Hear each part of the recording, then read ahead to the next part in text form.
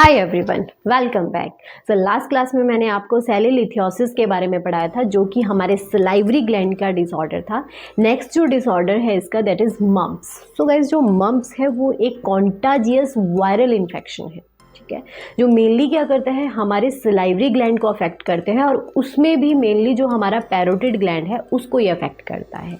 Guys, mumps में क्या होता है, जो वायरल इन्फेक्शन है उसकी वजह से जो हमारा पैरोटिड ग्लैंड है उसमें बहुत ज़्यादा स्वेलिंग आ जाती है। अब मैं देखती हूँ कि इसका जो पॉजिटिव एजेंट है, आपको मैंने बता दिया मम्प्स वायरस इसमें पॉजिटिव एजेंट रहता है, बट जो मम्प्स वायरस है वो हमारा पैरामिक्सो वायरस फैमिली से बिलोंग करता है। नेक्स्ट आता है इसका ट्रांसमिशन, कैसे ये ट्रांसमिट होता है one person to another person. मैंने बताया ना आपको, ये इट इज़ अ कॉन्टाजियस, मतलब फैलता है, ये एक पर्सन टू दूसरे पर्सन में ये जा सकता है।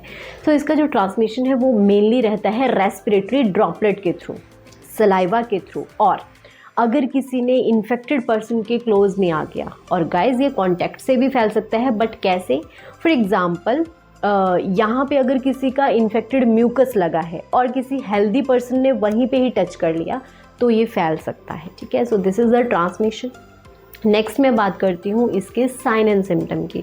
सो गाइज, ऑफ कोर्स मैंने आपको बताया ये पैरोटिड ग्लैंड को अफेक्ट करता है। सो सबसे पहले क्या होगा, जो हमारा पैरोटिड ग्लैंड होता है, मैंने बताया था एनाटॉमी में ईयर के बिहाइंड में प्रेजेंट होता है, sorry below the year present होता है, दोनों साइड में ये पेयर स्ट्रक्चर होता है। तो इसमें क्या हो जाएगी, स्वेलिंग हो जाएगी बहुत ज़्यादा। स्वेलिंग की वजह से जो चीक्स होते हैं वो बहुत पफी फील होंगी, जिसकी वजह से पता चल जाएगा कि ही और she suffering with the infection या वायरल इन्फेक्शन। सेकेंड, क्या होगा, पेशेंट को पैरोटिड ग्लैंड में होने की वजह से उसको च्यूइंग में डिफ़िकल्टी होगी, स्वेलोइंग में डिफ़िकल्टी होगी, सलाइवा प्रोडक्शन में डिफ़िकल्टी हो जाएगी। नेक्स्ट आता है गाइज, इसके सिस्टेमेटिक सिम्टम्स क्या क्या होंगे। So systematic, of course viral infection है तो सिस्टम में सिम्टम क्या क्या आएंगे, फीवर, मैलनेस, फटीग रहेगा, जॉइंट पेन, मसल पेन हो सकता है, नॉज़िया वॉमिटिंग भी हो सकता है अगर वो खाना कम खा रहे हैं तो। नेक्स्ट मैं बात करती हूँ इसकी कॉम्प्लिकेशन की। सो गाइस, जो कॉम्प्लिकेशन होती है मम्स की, that is very very important according to the examiner point of view.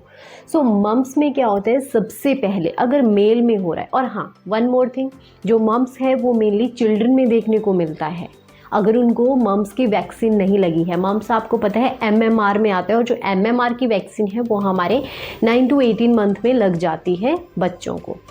सो देखो, कॉम्प्लिकेशन में अगर मेल्स में हो रहा है तो क्या होगा, मेल में ओकाइटिस की कंडीशन हो सकती है। What is orchitis? It means inflammation, infection in the testis, और टेस्टिस किसका पार्ट है, मेल का पार्ट है, ठीक है। होगा क्या इसमें, टेस्टिस में स्वेलिंग हो जाएगी, टच करेंगे तो टेंडरनेस होगा, बहुत ज़्यादा पेनफुल होगा, रेडनेस हो जाएगी। और गाइस, अगर ऑर्काइटिस की कंडीशन हो रही है तो मेल में आफ्टर प्यूबर्टी इनफर्टिलिटी की कंडीशन हो सकती है। सेकेंड कॉम्प्लिकेशन है ऊफ्राइटिस। ऊफ्राइटिस का मतलब क्या है, फीमेल में हो रहा है, इट मीन्स ओवरी में इन्फ्लामेशन, इन्फेक्शन हो रहा है, ठीक है। इसमें भी क्या होगा, जो एक फीमेल है उसको क्या होगा, लोअर एब्डोमिनल पेन रहेगा, और गाइस जो उसके पीरियड्स होते हैं उनमें भी कुछ ऑल्ट्रेशन आ सकती है। बट यस, याद रखना, मेल में इनफर्टिलिटी हो सकती है इसकी वजह से, बट फीमेल में मम्स की वजह से इनफर्टिलिटी नहीं होती। नेक्स्ट कंडीशन गाइज, इसमें मेनिंजाइटिस हो सकता है। Meningitis it means inflammation of the जो ब्रेन मेनिंजेस होती है, ड्यूरा मैटर, पाया मैटर, आर्केनॉइड मैटर, किसी में भी हो सकती है। एंसेफेलाइटिस की कंडीशन हो सकती है, जो ब्रेन की आउटर मोस्ट जो मेम्ब्रेन होती है, पैरेन्काइमल लेयर होती है, वहाँ पे इन्फ्लामेशन हो सकती है। पैनक्रेटाइटिस की कंडीशन हो सकती है, ठीक है, क्योंकि वायरल इन्फेक्शन है, ऑफ कोर्स ये जो मेजर वाइटल ऑर्गन है वहाँ तक जा सकता है। मिसकैरेजेस हो सकते हैं, ठीक है, इनफर्टिलिटी नहीं होगी, क्या हो सकता है, मिसकैरेजेस कॉम्प्लिकेशन में आ सकते हैं। नेक्स्ट मैं बात करती हूँ इसके डायग्नोसिस की। सो गाइज, इसमें सीरोलॉजी टेस्ट करते हैं, मतलब ब्लड टेस्ट करेंगे, यूरिन टेस्ट हम कर सकते हैं, PCR टेस्ट करेंगे, पॉलीमराइज चेन रिएक्शन टेस्ट करेंगे, जिसमें हम मम्स की एंटीबॉडीज़ को चेक करेंगे अंदर, ठीक है।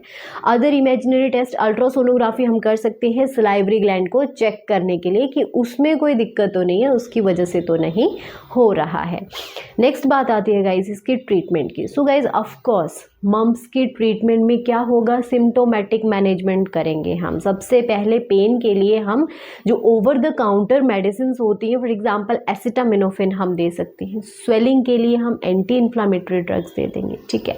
उनको बोलेंगे वाटर इनटेक ज़्यादा करना है, ठीक है। स्पीच थेरेपी हम दे सकते हैं। और गाइस इसमें क्या हम कर सकते हैं, पेशेंट को प्रिवेंशन के लिए जो MMR की वैक्सीन है उसके लिए अवेयरनेस दिलवाएंगे, किसको, जो उनके पेरेंट्स होते हैं, ठीक है। तो ये वाली जो वैक्सीन होती है ये मेनली हमारे 9 to 18 मंथ तक ये लग सकती है, और इसकी जो सेकेंड डोज है वो 4 to 6 ईयर में लगती है। So guys this is all about the mumps. So यहाँ पे हमारा टोटल जितना भी डाइजेस्टिव सिस्टम था वो ख़त्म होता है, ठीक है। नेक्स्ट जो हमारा ऑर्गन के जो मैं डिसऑर्डर पढ़ाऊंगी, एनाटमी पढ़ाऊंगी, दैट इज़ द एंडोक्राइन, ठीक है। तो हमारा एंडोक्राइन सिस्टम है, आपको पता है उसमें ग्लैंड्स आते हैं, ठीक है। तो उसके लिए आपको नेक्स्ट वीडियो देखनी पड़ेगी, और नेक्स्ट वीडियो देखने के लिए आपको मेरे चैनल को सब्सक्राइब करना पड़ेगा। सब्सक्राइब करने के बाद आपको बेल आइकन को भी प्रेस करना पड़ेगा, ठीक है। Thank you.